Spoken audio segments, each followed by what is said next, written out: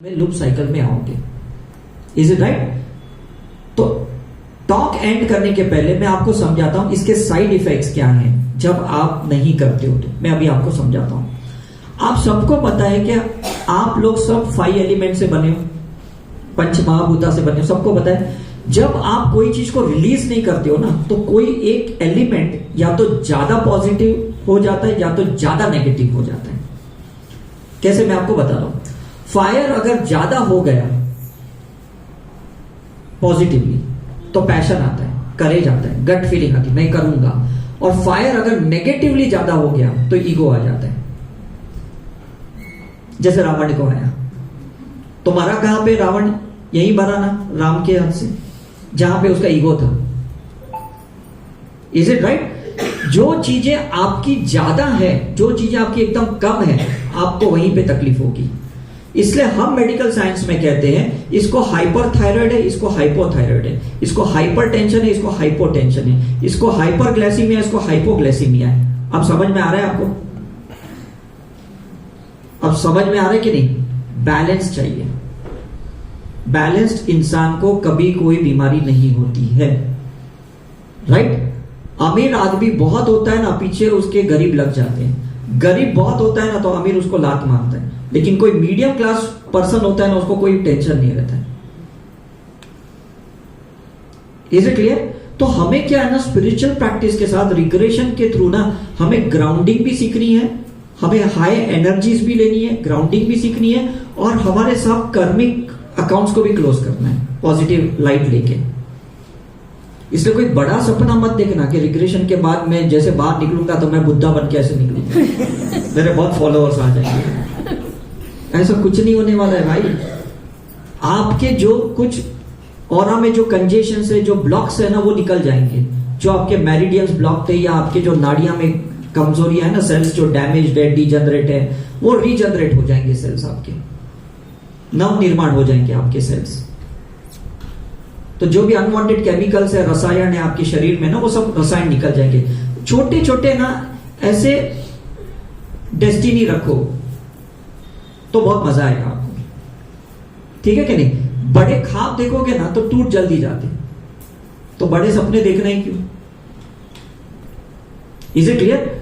तो लोग रिग्रेशन में बहुत बड़ा एक्सपेक्ट करते हैं कि मुझे भी पता चलेगा मेरा उसके साथ क्या रिलेशन था, मैं कब राजा था, मैंने कहां खजाना रखा है।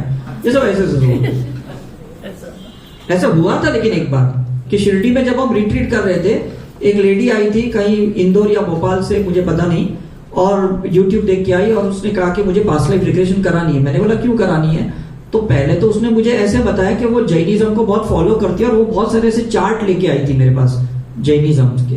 तो मैंने कहा चलो अच्छा है, बहुत भक्ति मार्ग पे है, तो हो सकता है इसका पास्ट लाइफ करके इसकी और भक्ति स्ट्रांग हो जाएगी करके। तो जैसे वो पास्ट लाइफ में गई, और जाने के बाद उसने बहुत सारा खजाना देख लिया पास्ट लाइफ का, कि उसने ऐसे गोल्ड कहीं पे ऐसे रखे हुए करके, और उसने बताना शुरू कर दिया। तो हमने बोले कि ठीक है, और देखो भी आपकी लाइफ को और पॉजिटिव कैसे करें, आपकी जर्नी। बोलते नहीं रुको रुको, मुझे खजाना देखना था, और उसका रास्ता कहाँ पे है। और उसने पूरा सही में वो पास्ट लाइफ में पूरा रास्ता भी देख लिया, अच्छे से देख लिया।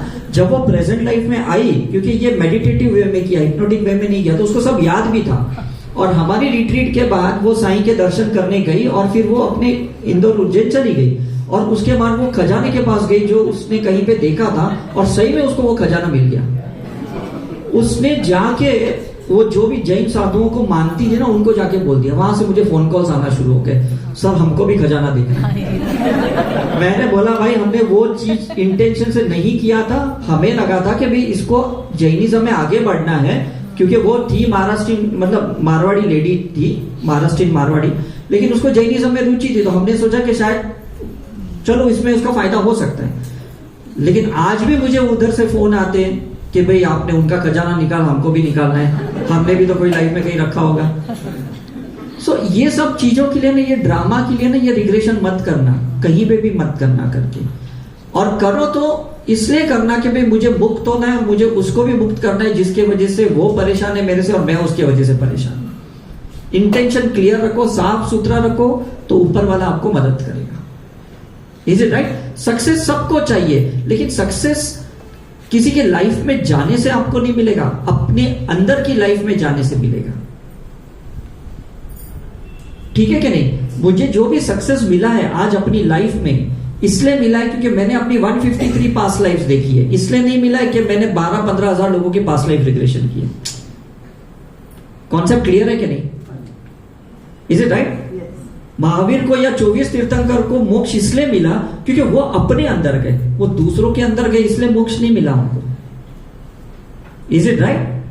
जीसस इसलिए गॉड बने क्योंकि उन्होंने अपने अंदर के पेन को स्वीकारा, एक्सेप्ट किया, इसलिए गॉड बने।